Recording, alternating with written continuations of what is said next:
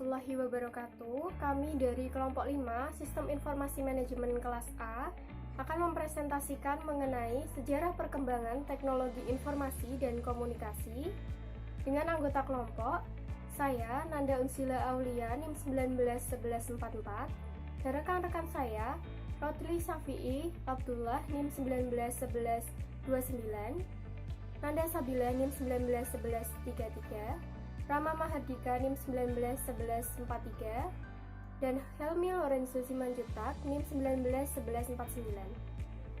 Baik, saya akan menjelaskan tentang sejarah perkembangan teknologi informasi. Nah, sebelum kita memasuki pada tahap perkembangannya, baik untuk kita mengetahui pengertian dari informasi dan teknologi informasi. Nah, informasi memiliki pengertian suatu data yang diolah menjadi suatu bentuk yang berarti bagi penerima dan bisa dimanfaatkan sebagai pengambilan keputusan di masa sekarang atau di masa depan. Lalu untuk pengertian teknologi komunikasi sendiri adalah suatu teknologi yang digunakan untuk mengolah data, meliputi memproses, mendapatkan, menyusun, menyimpan, memanipulasi data dengan berbagai cara untuk menghasilkan informasi yang berkualitas. Jadi pada hakikatnya teknologi informasi ini perkembangannya sejalan dengan perkembangan peradaban manusia.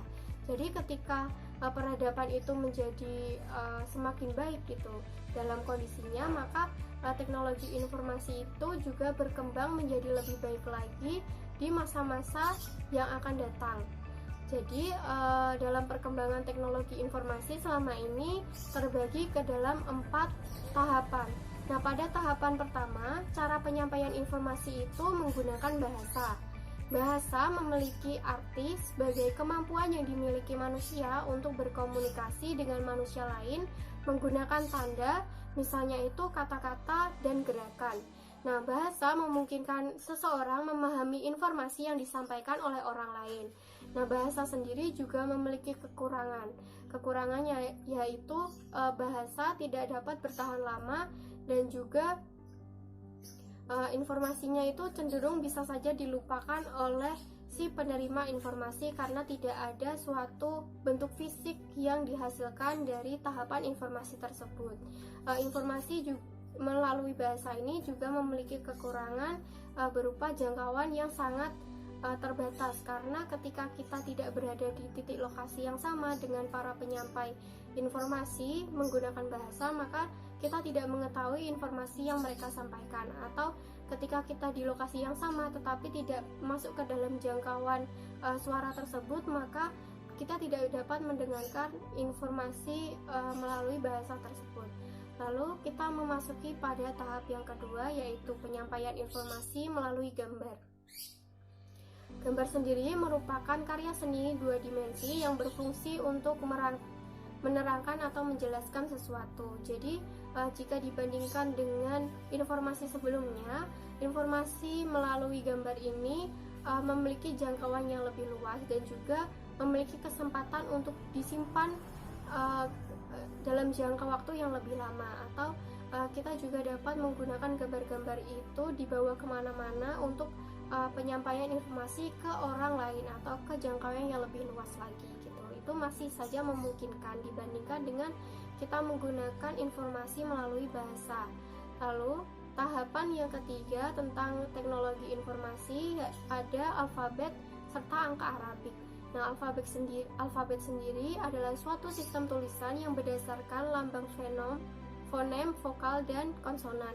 Sedangkan angka sendiri memiliki arti suatu tanda atau lambang yang digunakan untuk melambangkan bilangan. Jadi alfabet dan angka ini memudahkan penyampaian informasi secara lebih efisien daripada cara yang sebelumnya, karena mungkin dari gambar dan juga bahasa sebelumnya itu memiliki efektivitas atau efisiensi penyampaian informasi yang kurang gitu. Contohnya ketika bahasa itu tidak memiliki bukti fisik ketika informasi itu disampaikan. Jadi mungkin saja penyampaian orang lain ke informan ke penerima yang lain itu mungkin berbeda. Jadi ketika penyampaian berbeda, penangkapannya pun juga bisa berbeda. Lalu untuk gambar, kita mungkin bisa gambar itu sama, tetapi cara kita menggambarkan ke dalam informasi yang kita dapatkan di otak itu mungkin saja berbeda, atau penangkapan yang kita tangkap dari gambar tersebut itu berbeda. Jadi artinya pengertian setiap orang itu bisa saja memiliki makna yang berbeda gitu, berbeda-beda. Jadi kalau kita menggunakan alfabet atau angka Arabik itu lebih selaras lah dari informasi yang disampaikan dari penyampai yang pertama sampai ke penyampai yang terakhir. Juga ada kemungkinan untuk melakukan penyimpanan juga. Lalu memasuki pada tahap yang keempat, yaitu elektronik. Nah, elektronik ini adalah suatu alat yang dibuat berdasarkan prinsip elektronika serta hal atau benda yang menggunakan alat tersebut. Contohnya itu seperti teknologi elektronik, radio, televisi, komputer, di mana perkembangan itu juga mengakibatkan peningkatan efektivitas dan percepatan informasi yang didapatkan.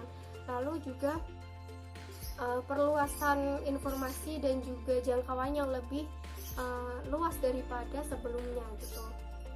Selanjutnya adalah perkembangan teknologi komunikasi atau sejarah perkembangan teknologi komunikasi. Nah, sebelum kita memasuki pada perkembangannya, maka baiknya kita mengetahui tentang pengertian dari komunikasi dan teknologi komunikasi. Nah, komunikasi sendiri adalah suatu proses penyampaian makna dari suatu entitas atau kelompok ke kelompok melalui penggunaan tanda, simbol, atau aturan semiotika yang dipahami bersama. Sedangkan teknologi komunikasi adalah segala sesuatu yang berkaitan dengan penggunaan alat bantu untuk memproses dan mentransfer data dari perangkat satu ke lainnya. Jadi dalam perkembangannya memang teknologi komunikasi ini juga menyesuaikan dengan perkembangan peradaban. Nah, ketika peradaban itu semakin baik, maka teknologi komunikasi yang digunakan itu semakin baik juga. Nah, di sini saya akan menjelaskan tentang sejarah perkembangan teknologi komunikasi dari waktu ke waktu. Nah, pada periode masa pertama itu ada periode masa prasejarah sampai dengan 3000 sebelum Masehi. Nah, pada saat itu manusia itu berkomunikasi menggunakan informasi pada dinding-dinding gua tentang berburu dan binatang buruannya. Jadi mereka itu menggambarkan manusia pada zaman dahulu itu menggambarkan mengenai aktivitas berburu mereka, aktivitas sehari-hari mereka dengan cara menggambarkan di dinding-dinding gua yang mereka tempati. Jadi memang mereka belum mengenal bahasa gitu. Jadi mereka hanya menggambarkan dari keseharian mereka di dinding-dinding gua. Lalu perkembangan selanjutnya mereka itu sudah menemukan alat untuk berkomunikasi melalui bunyi dan isyarat. Contohnya itu seperti gendang, trompet yang terbuat dari tanduk binatang, serta isyaratnya itu contohnya itu asap. Asap itu mengartikan ketika ada bahaya di suatu lokasi tersebut gitu. Selanjutnya presentasi akan dilanjutkan oleh rekan saya. Kenalkan, nama saya Hilmi Lorenzo Simanjuntak dengan NIM 1908102011149. Kali ini saya akan menjelaskan tentang alat-alat teknologi informasi komunikasi masa sejarah. Yang pertama bisa dilihat di gambar. Pada periode sampai tahun 3000 sebelum Masehi, cara berkomunikasi manusia masih terbatas pada pengenalan bentuk-bentuk yang mereka temukan. Mereka menggambarkan informasi pada dinding-dinding gua tentang berburu binatang dan binatang buruannya. Manusia mulai mengenal berbagai benda yang ada di sekitarnya dan melukiskan benda tersebut pada dinding-dinding gua untuk mewakilinya. Selanjutnya, pada periode 3000 sebelum Masehi, bangsa Sumeria untuk pertama kalinya menggunakan tulisan untuk berkomunikasi. Tulisan yang digunakan masih berupa simbol-simbol yang dibentuk dari piktograf sebagai huruf. Selanjutnya, periode 2900 sebelum Masehi. Pada periode ini, bangsa Mesir kuno telah menggunakan huruf hieroglif untuk berkomunikasi. Huruf hieroglif lebih maju dibandingkan tulisan bangsa Sumeria. Sistem menulis telah digunakan oleh dinasti Shang di Cina yang memerintah pada tahun 1570 sampai 1045 sebelum Masehi. Selanjutnya periode 500 sebelum Masehi. Bangsa Mesir kuno sudah menggunakan serat papirus sebagai kertas pada tahun 500 sebelum Masehi. Dan sebelum alat komunikasi, pohon papirus banyak terdapat di sepanjang Sungai Nil. Selanjutnya periode 105 Masehi. Pada periode masa tahun ini, bangsa Cina menemukan kertas yang terbuat dari serat bambu yang sudah dihaluskan dan diratakan kemudian dikeringkan. Dengan penemuan ini memungkinkan sistem pencetakan yang dilakukan dengan menggunakan blok kayu yang ditoreh dan dilumuri tinta atau yang sekarang lebih dikenal dengan sistem cap. Orang yang pertama kali menemukan kertas adalah Cai Lun. Selanjutnya sekarang masuk pada masa modern, yaitu pada tahun 1455. Johann Gutenberg mengembangkan atau untuk pertama kalinya mesin cetak yang menggunakan plat huruf yang terbuat dari besi yang bisa diganti-ganti dalam bingkai yang terbuat dari kayu. Selanjutnya pada tahun 1729, Stephen Gray yang berhasil mengirimkan sinyal listrik melalui kabel. Selanjutnya tahun 1830, Augusta Lady Byron menulis program komputer yang pertama di dunia bekerjasama dengan Charles Babbage menggunakan mesin analitikalnya yang didesain mampu menyimpan data, mengolah data, dan menghasilkan bentuk keluaran dalam sebuah kartu. Mesin ini dikenal sebagai bentuk komputer digital yang pertama, walaupun cara kerjanya lebih bersifat mekanis daripada bersifat digital. 94 tahun sebelum komputer digital pertama ENIAC 1 dibentuk. Selanjutnya pada tahun 1837, Samuel Finley Breese Morse atau peneliti Amerika menemukan telegraf yang pertama dan mengembangkan telegraf dan kode Morse bersama ilmuwan dari Inggris Sir William Cooke dan Sir Charles Wetzel. Selanjutnya pada tahun 1861, gambar bergerak yang diproyeksi ke dalam sebuah layar pertama kali digunakan sebagai cikal bakal film sekarang. Tahun 1876, Alexander Graham Bell berhasil mengirim suara pertama melalui telepon. Melville Dewey mengembangkan sistem penulisan desimal. Tahun 1877, Alexander Graham Bell mengembangkan telepon yang dipergunakan pertama kali secara umum dengan mendirikan perusahaan Bell Telephone Company. Fotografi dengan kecepatan tinggi ditemukan oleh Edward May Bridge. Selanjutnya pada tahun 1879, sistem pemanggilan telepon mulai menggunakan nomor, menggantikan sistem pemanggilan nama. Selanjutnya tahun 1891, Nikola Tesla, seorang penemu Amerika yang berasal dari Austria-Hungaria, mengumpulkan kumpulan Tesla, yaitu sebuah transformer frekuensi tinggi. Peralatan tersebut merupakan komponen vital dari pemancar radio. Selanjutnya tahun 1895, Guglielmo Marconi, seorang penemu Italia, mengombinasikan ide-ide yang susah ada dengan idenya sendirian, mengirimkan sinyal komunikasi radio pertama melalui udara, yang menggunakan gelombang elektromagnetik untuk mengirimkan sinyal-sinyal kode telegraf pada jarak lebih dari 1 mil. Selanjutnya tahun 1897, Ferdinand Braun, fisikawan Jerman, mengembangkan sebuah tabung katoda sinar X, cathode ray tube CRT. Tabungan katoda sinar X tersebut kemudian digunakan untuk membuat gambar televisi pada tahun 1907. Tahun 1923, Sworkin menciptakan tabung TV yang pertama. Kemudian pada tahun 1927, film-film disertai suara mulai dihasilkan. Pada tahun 1936 di London telah dilakukan siaran televisi pertama dalam format hitam putih. Selanjutnya tahun 1899 digunakan sistem penyimpangan dalam tip atau pita magnetik yang pertama. Tahun 1903 Edwin Howard Armstrong memperkenalkan sistem radio FM atau frequency modulation. Sistem radio ini memiliki kelebihan dapat memberikan suara yang lebih jernih meskipun cuaca sedang buruk, seperti adanya hujan dan badai.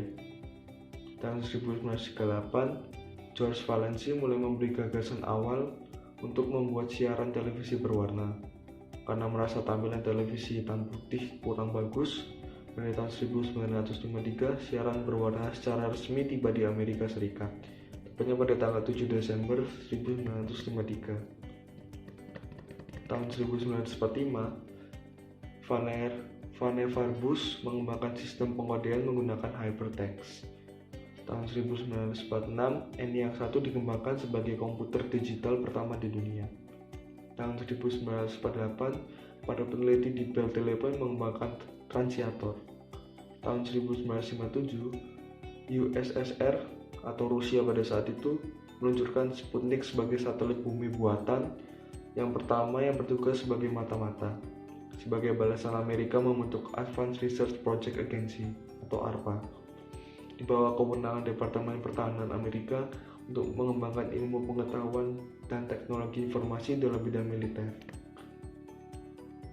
Selanjutnya tahun 1958, telegraf atau telegraf kabel bawah laut pertama kali di bawah laut Samudra Atlantik.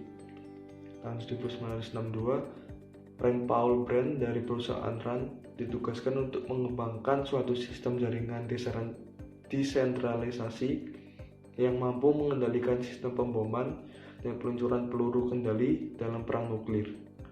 Tesla, satelit komunikasi pertama yang dikirimkan ke orbitnya pada tanggal 10 Juli 1962, yang merupakan hasil kolaborasi NASA dan Bell System. Tesla kemudian digunakan untuk melayani telepon jarak jauh. Selanjutnya, tahun 1969, sistem jaringan yang pertama dibentuk dengan menghubungkan 4 node titik antara University of California, SRI Stanford, University California of Santa Barbara, dan University of Utah dengan kekuatan 50 kbps. Sekian presentasi dari saya. Terima kasih. Assalamualaikum warahmatullahi wabarakatuh. Perkenalkan, nama saya Rada Safi Abdullah, NIM 1908 1020 1129. Di sini saya akan menjelaskan tentang masa modern. Yang kedua, tahun 1972, yaitu Roy Thomson menciptakan program email yang pertama, yaitu dengan logo @ Selanjutnya 1973 sampai 1990, istilah internet diperkenalkan dalam sebuah paper mengenai TCP atau IP. Kemudian dilakukan pengembangan sebuah protokol jaringan yang kemudian dikenal dengan nama TCP atau IP yang dikembangkan oleh grup dari DARPA. 1981, National Science Foundation mengembangkan backbone yang disebut CSNET dengan kapasitas 56 kbps untuk setiap institusi dalam pemerintahan. Pada 1986, IETF mengembangkan sebuah server yang berfungsi sebagai alat koordinasi di antaranya DARPA, ARPANET, DDN, dan Internet Gateway.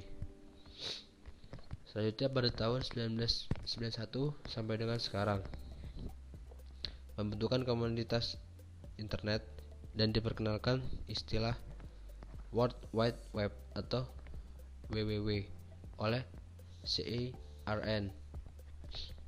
Pada tahun 1993, NSF membentuk Inter-NIC untuk menyediakan jasa pelayanan internet menyangkut direktori dan menyimpan data serta database oleh AT&T, jasa registrasi atau oleh Network Solution INC, dan jasa informasi oleh General Atomics atau ShareNet.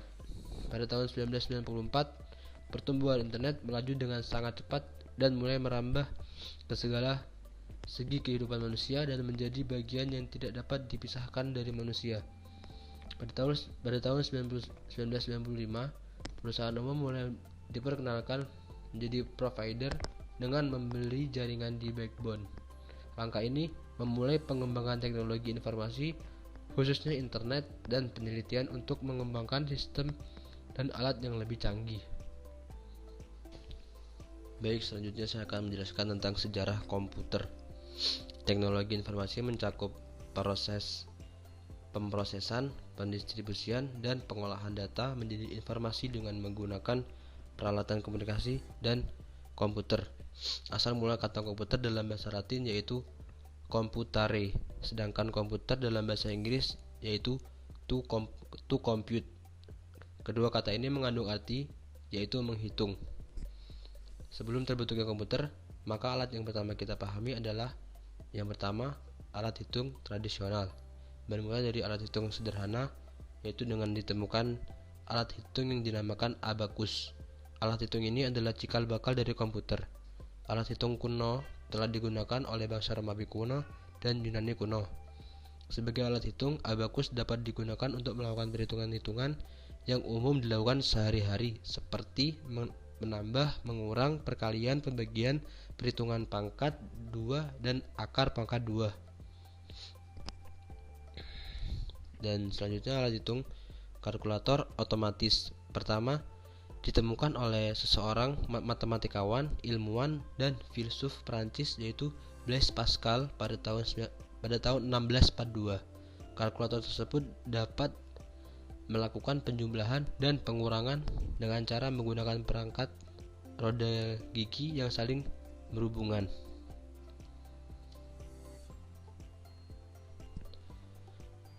Selanjutnya saya akan menjelaskan tentang awal komputer.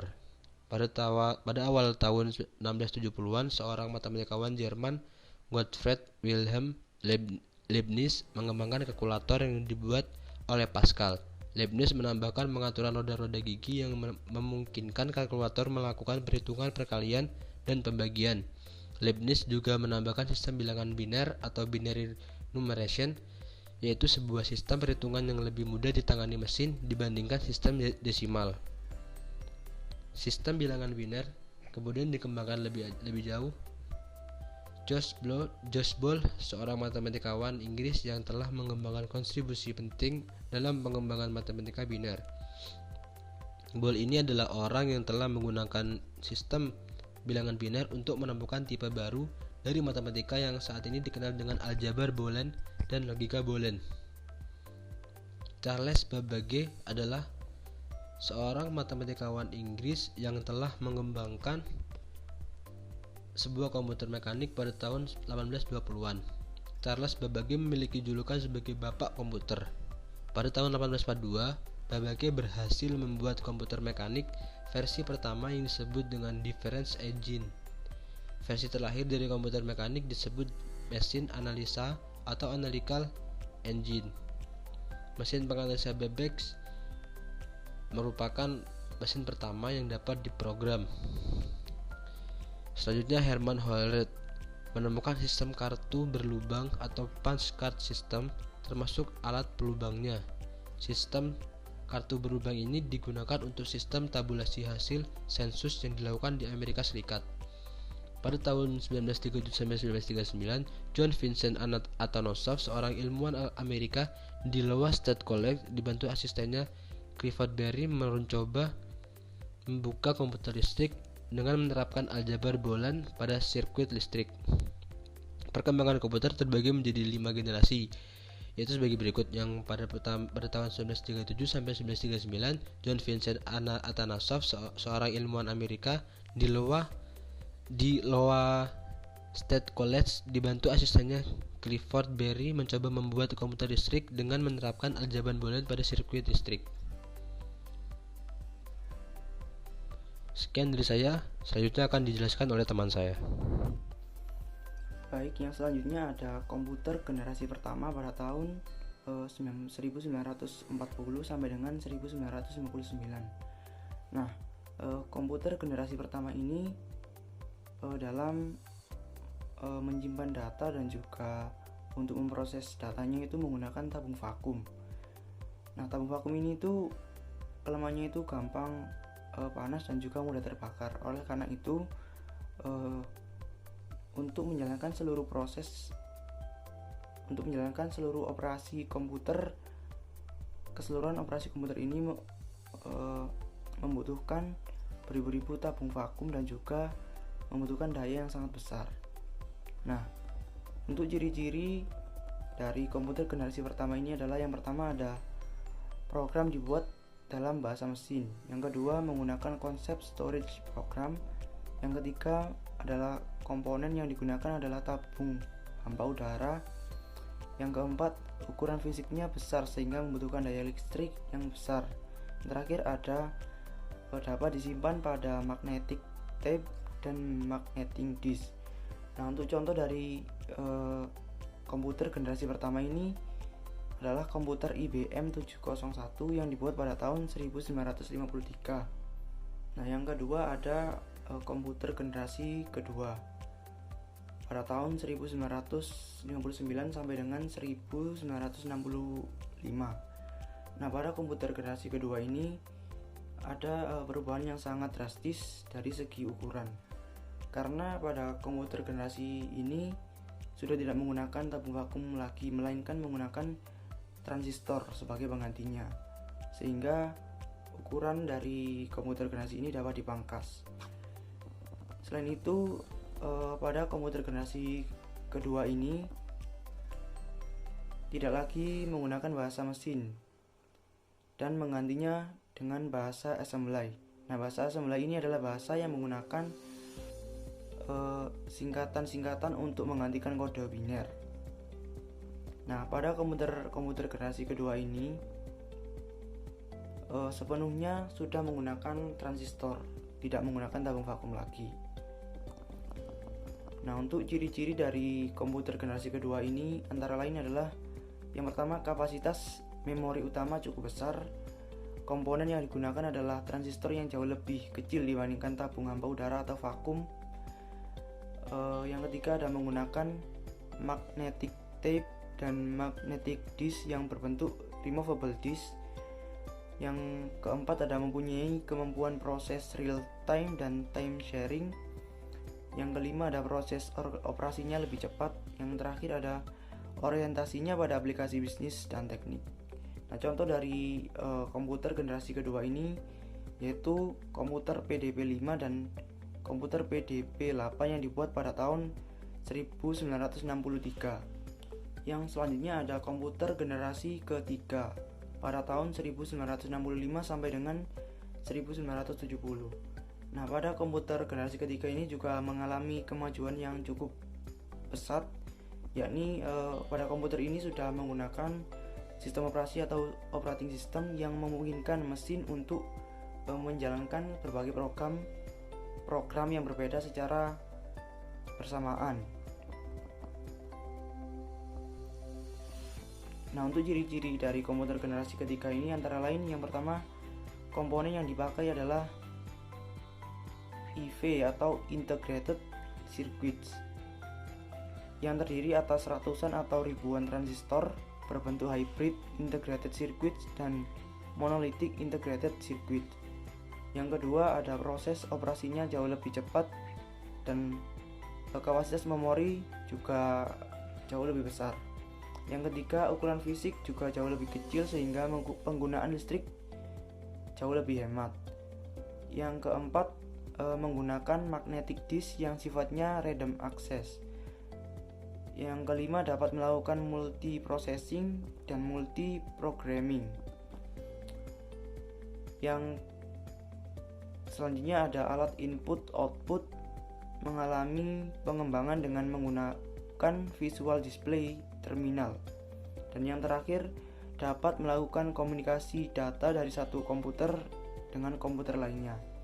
Nah, untuk contoh dari komputer generasi ketiga ini adalah IBM S30, Nova, kemudian CDC 3000, kemudian PDP 11 dan juga lain sebagainya. Untuk materi selanjutnya akan dijelaskan oleh rekan saya. Terima kasih. Saya Rama Mardika dengan NIM 191143. Kali ini saya akan melanjutkan penjelasan dari rekan-rekan saya sebelumnya, yakni mengenai komputer generasi keempat yang sudah dimulai sejak pertengahan tahun 1970. Jadi pada komputer generasi keempat ini sudah mengalami berbagai macam perubahan bentuk dari generasi-generasi sebelumnya. Dan di komputer generasi keempat ini juga sudah mengalami dua perkembangan penting. Dan yang pertama itu adalah penggunaan LSI atau Large Scale Integration yang biasa disebut juga dengan Bipolar Large Scale Integration. Serta yang kedua itu adalah menggunakan mikroprosesor dan semikonduktor yang berbentuk chip untuk memori komputer. Contohnya saja seperti komputer IBM 370 yang menggunakan Intel 4004 mikroprosesor yang dikembangkan pertama kali pada tahun 1971 oleh perusahaan Intel Corporation dengan menggunakan chip mikroprosesor. Lalu ada juga yang biasa kita kenal dengan personal komputer yang ternyata mulai berkembang sejak tahun 1977. Misalnya saja komputer Apple II dan komputer desktop oleh Xerox Corporation. Dan pada tahun 1981, komputer sudah mulai banyak yang menggunakan sistem operasi Windows dan menggunakan hardware MOS, yang mana tujuannya adalah memudahkan kita sebagai brainware untuk mengoperasikan hardware dan software yang ada. Selanjutnya ada komputer generasi kelima. Jadi setelah mengalami berbagai kemajuan, maka muncullah komputer yang biasa kita kenal ini dengan menggunakan komponen utamanya adalah VLSI atau Very Large Scale Integration, terlebih dengan adanya internet. Nah, jadi kita itu semakin terintegrasi dengan berbagai macam aktivitas yang kita bisa lakukan. Jadi di sini brainware semakin dimudahkan dengan adanya perkembangan komputer yang semakin canggih dari masa ke masa, dari waktu ke waktu. Jadi saat ini juga sedang dikembangkan oleh Josephson Function yang diramalkan dapat menggantikan keberadaan chip. Dan negara yang mempelopori perkembangan komputer generasi kelima itu adalah Jepang. Yang kemungkinan perkembangan komputer lainnya ialah kemampuan komputer untuk memecahkan masalah sendiri. Yang juga kita bisa kenal dengan nama AI atau Artificial Intelligence. Jadi Artificial Intelligence ini juga nanti akan menjadi cikal bakal robot yang biasa yang sudah banyak kita lihat di media-media mainstream. Sekian, terima kasih. Kurang lebihnya mohon maaf. Semoga materi yang disampaikan oleh kelompok kami dapat bermanfaat dan menambah khasanah ilmu bagi kita semua. Terima kasih. Wassalamualaikum warahmatullahi wabarakatuh.